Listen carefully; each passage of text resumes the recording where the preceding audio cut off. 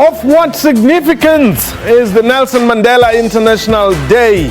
And to whom does Madiba's legacy belong? What lessons can be learned from Gugu Zulu's commitment to the Trek4Mandela Expedition? Why are people around the country and beyond dedicating 67 minutes of their time to Madiba? What time is it? It's question time.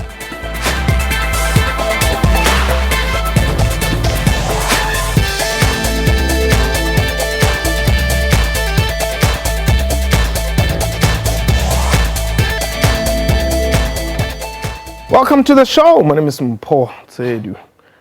Today, millions of people around the world are celebrating Madiba's birthday. Nelson Mandela International Day was officially declared by the United Nations in November 2009 and is observed each year on July 18th. According to the Nelson Mandela Foundation, Madiba has dedicated 67 years making an imprint on the world that started in 1942.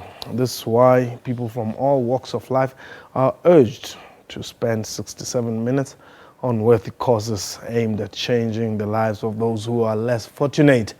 The day started on a somber note, though, following the passing away of famous race driver and climber Gugu Zulu, who was part of a group of climbers on the Trek4Mandela Expedition to summit Mount Kilimanjaro that includes his wife Letshego. In a statement released by the Nelson Mandela Foundation, Zulu apparently experienced breathing problems upon meeting his untimely death earlier today. From the SABC and Question Time team, say may his soul rest in peace indeed. We are live, and therefore you can call us and you've used the numbers to dial 089-110-4210. If you're outside the borders, 002789 110-4210. Our Twitter handle at Question Time 24. My guest today, Nelson Mandela. She's the founder and chairperson of Mpho Mandela Foundation. Chairperson, and Van Harris is the Director of Research and Archives at the Nelson Mandela Foundation. He's the man to talk to when you get to the Nelson Mandela Foundation, the Center of Memory right here in Houghton. Let me welcome you. Do we say Happy Mandela Day or what? What do we do? Viva Madiba. Viva Madiba. Viva Madiba will suffice. Or Adalbung. Adalbung. Yes. Well, Harris, welcome. Thank you. Well, today we are indeed, we started the day quite on a somber note, the passing away of Gugu. Let's just talk about that briefly. Well, for the foundation, it was shattering, really, because he was part of this team that has been through a long process of preparation, got close to our chief executive, Silo Hatang. And we knew it would be tough, and last year when Silo was part of the team, several of the climbers didn't make it to the top, but this was very shocking. How do you... Well, for me, it's a sad day indeed.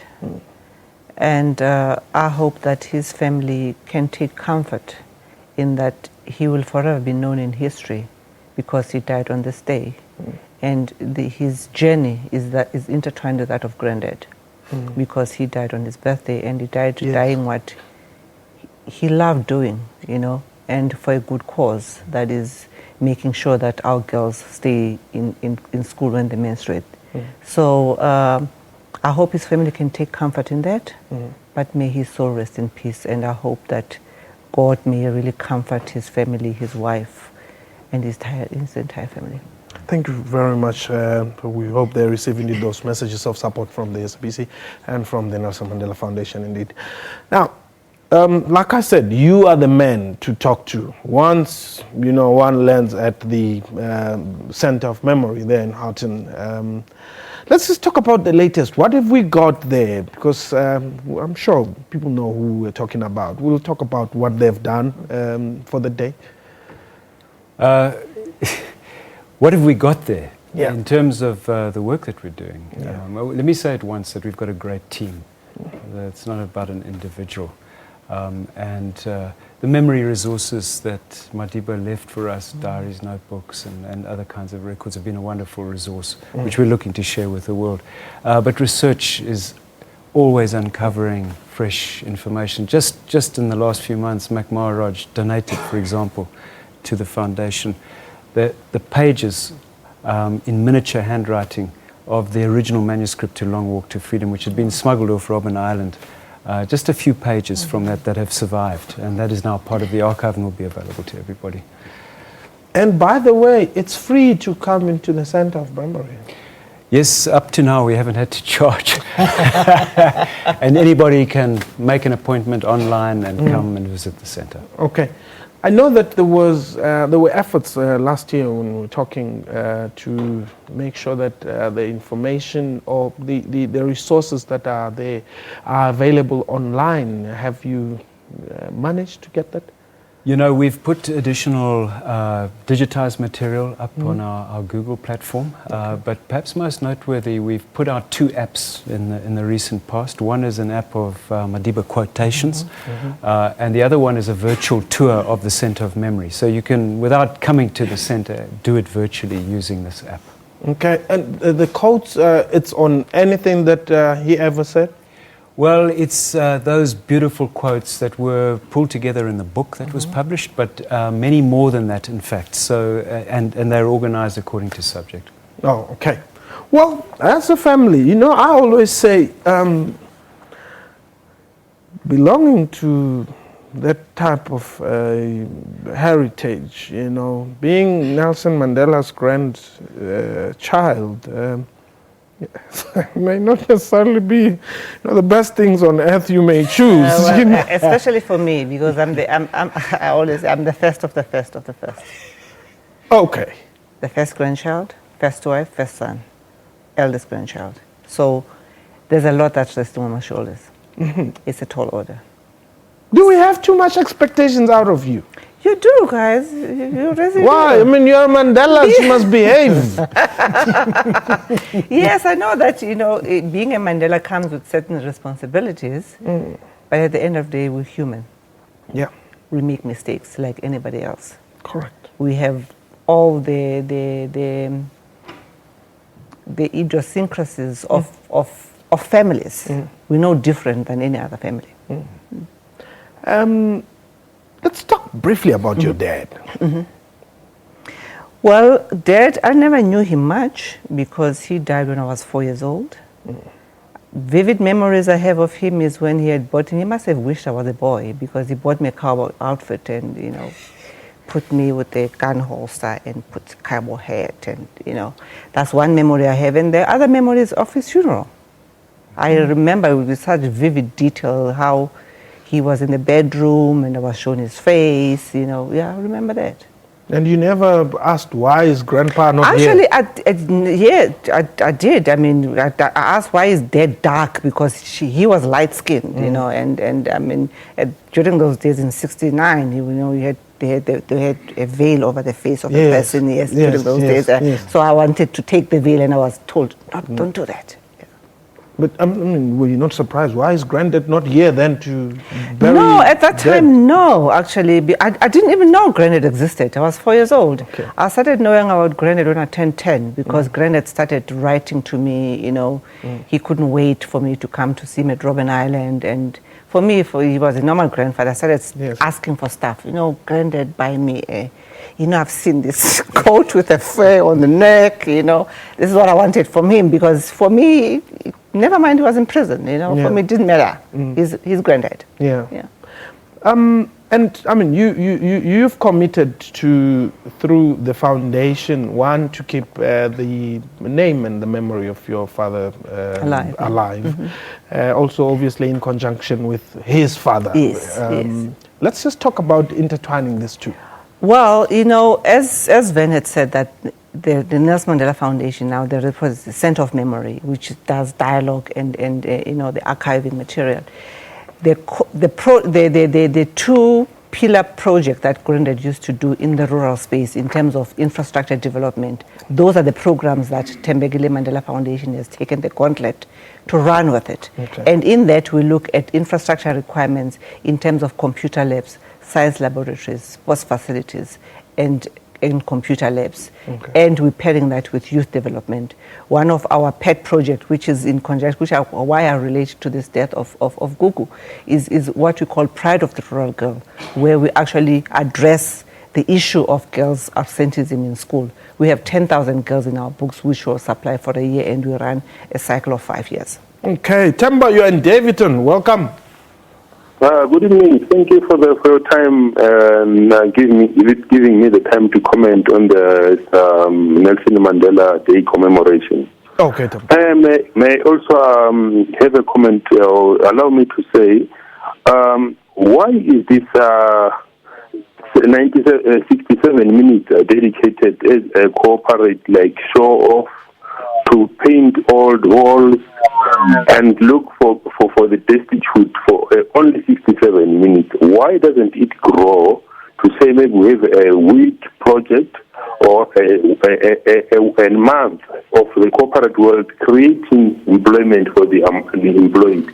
Because now we are feeding the destitute kids, but we are not keeping it. Why can't this thing develop in actual sense? Because I feel really out of the bracket, because some of us were supposed to integrate in 1994 during the tenure of Mr. Mandela, but we were treated like thugs and were never considered for anything else.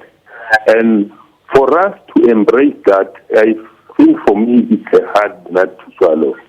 Thank you. Thank you very much, Themba. I was battling to hear Themba there.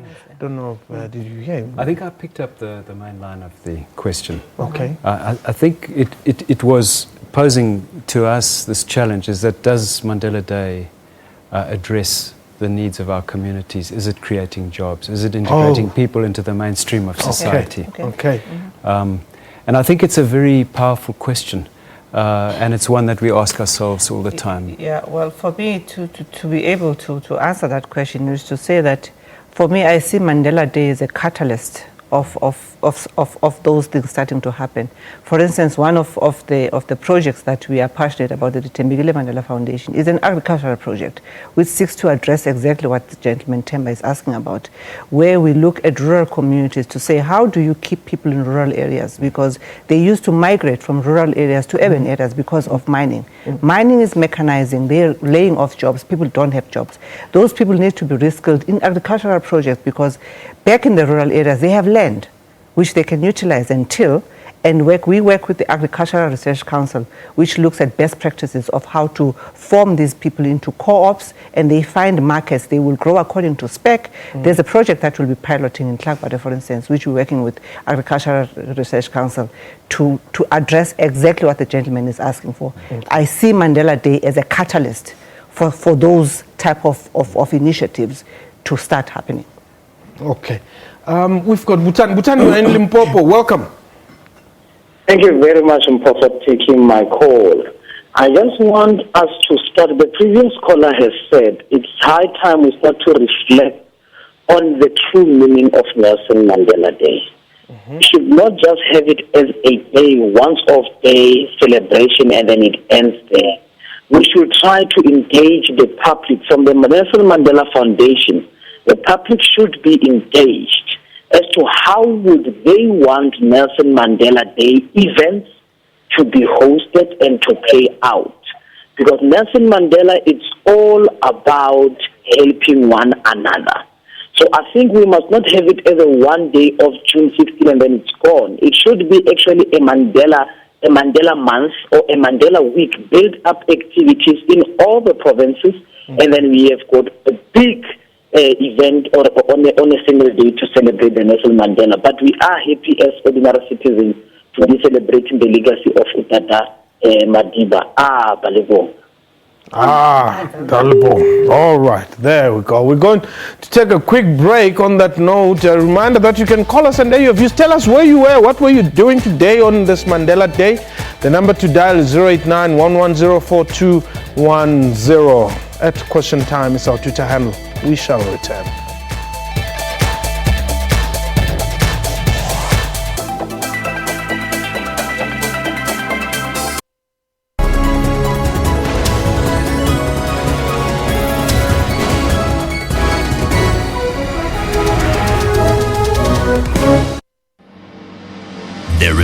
sign for perfectionism. There's a sign for goosebumps. Something that symbolizes more performance.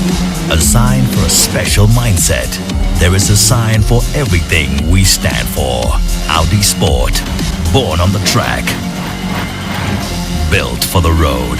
Join the League of Performance.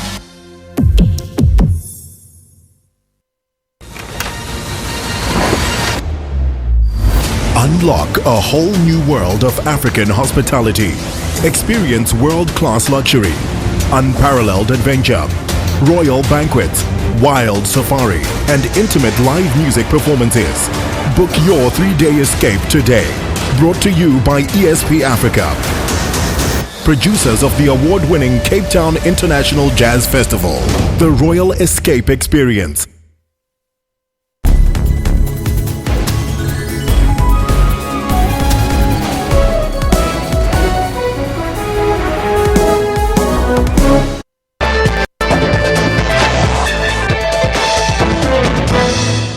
Welcome back. You're still watching Question Time on this special day. My guest today, Nelson Mandela, is founder and chairperson of the Mandela Foundation, and Van Harris is the director of research and archives at the Nelson Mandela Foundation. Archie, you are welcome. Where were you today?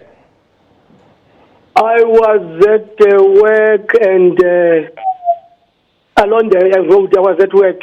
Okay, that's fine. Go ahead. Firstly, let me ask you this, Ndilega. Yes. Is it Ndilega or Ndilega? Ndilega. Thank you. Is there a difference, Archie? Okay. Is there a difference between Ndilega and Dilega? Listen to this one now. Is it Mandela or Mandela? Well, yeah. Mandela. Okay. Okay. Thank you very much for that. Okay. See, I come from the clan of Mpho. Yes, that. And then I don't want to play great about sharing a clan with Umamaga Madiba. Yes. Ndiyamazi uMampemvu, yes, ukhokho. Yeah, come again? Ndithi ndiyamazi uMampemvu, ukhokho yebo, umama katatomkhulu, yeah. Juda, Jali, Umakatalukhuni. Ewe. Okay. Now let's go forward. Firstly, really, I couldn't take it when I heard, Gugu, but he has left us. I've never seen such an unselfish sports person. Yes, you've got them, but he was not supposed to have gone. Maybe we would have simply said, oh, Yini, why should he go? But we know that we hope that he's going to be meeting Madiba and then doing the job works here and there for Madiba. We really, now we the sports people are just down. We can't believe it. Thank you for the message, Archie. Thank you, Archie. Thank you very much for that message. I must ask you, let me save Van from this question. Mm-hmm.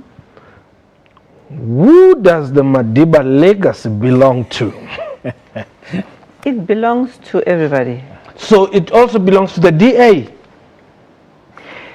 Unfortunately, Madiba was a public persona. And because of his stature being a public persona, you can download a person that's a persona anywhere on the internet. Google is there. So you don't have to ask my permission or the permission of the foundation for doing that. Yeah. You can't police it. Unfortunately, Granddad was the man that he was, who embraced people from all walks of life. Even the people that he didn't like. That's why Granddad started talking to the people to negotiate with the Nazis when he was in prison, because it didn't necessarily mean that he liked them, but he saw a way forward. He embraced people from all walks of life. Okay. Eunice, you're in Pretoria. Hello, Mpho, and your guest in the studio, how are you? You should have said Mpho with Van and the diplomatic Ndilega. She is so diplomatic. Not a problem. Point of correction. Yeah. What I'm trying to say is I didn't celebrate the 67 minutes. Yes. I used to celebrate, but I don't have anything against Mandela. I'm born in South Africa originally. But what I saw our own people doing in the location to the Ethiopian foreigners, it makes me puzzled because Ethiopia kept Mandela safe. Yes. But our people here, they killed them like dogs. They killed them, and it's black and black. So now I'm puzzled. I'm confused. I'm in tears because of the way the rate at which they killed them. Very, very inhuman on daily basis. Eunice, I get your point. And I think these are some of the things that Mandela's name could be used to speak against. Absolutely. And Madiba, if you remember in 2008 when we had the first real flare-up of violence against people perceived to be foreign nationals, he gave us a mandate to intervene. And we conducted over 2-3 years dialogue work in communities where the violence had erupted. And we did that in Madiba's name, and we will continue to do that. Ayanda, you are in Durban. Paul, how are you, sir? I'm well. Thanks for the call, Ayanda. And greetings to your guest as well. Yes. Just a very quick one, Paul. You see, I didn't get an opportunity because I had a very busy day at work. I wish I had an opportunity to spend that 67 minutes. But my request is that, or my question perhaps is that, Paul, how do we perhaps say, let's move towards spending 67 days instead of 67 minutes to accommodate also those who don't perhaps get an opportunity to spend that 67 minutes, and so they've got weekends, they can go perhaps somewhere on the weekends and spend that. How do we then say, let us extend that, let's make every day a Mandela Day? Thank you very much for that question, and let me start with you. She'll answer to that. Well, look, the foundation has been saying for some years, let us make every day a Mandela Day, and that's to say, let us embrace a culture of service. So for some people, it might be that I can devote some hours of my week. For others, it might be that you can devote a day a week. It will vary from person to person, but that culture and that responsibility towards those who are less privileged. Well, my answer is similar to that of Glenn, that, Glenn had urged people to live a Madiba Day, a Mandela Day every day. And people tend to think in terms of grand gestures. It doesn't have to be this grand gesture in terms of a big event. It can be as simple as connecting with a child that a child had at her household via phone, and make sure that the child at home, the eldest child, has a support system they want via cell phone, or supervising another child, where there's no parent, homework, also via, because we have technology these days. You don't have to be there in real time. You can use technology in terms of making sure that every day is a Mandela Day. How do we, as the public, become part of these foundations? Well, I put a challenge to all of you. Let's help keep our girls in school by providing sanitary wear. For instance, the program that we called Pride of the Rural Girl that seeks to address this, where we supply a girl child with a year's supply of sanitary wear. It costs 250 rand for a child for the whole year, not just 1 month. That's one. The other thing, we also at the foundation inviting corporates where we're going to roll 67 project in communities, visit them. We'll have a calendar event of month, because we can see that people migrate towards having an event. Let us have visit these 67 communities where we're going to connect all stakeholders in terms of how do we make us work as a society, because society is a microcosm of a country. Well, I would say follow the work that we do on social media, and give us your ideas, engage with us, keep us on our toes, criticize us when we get things wrong. Okay. Dalpo. On that note, that was question time for today. And indeed, go out there and make every day a Mandela Day. Goodbye.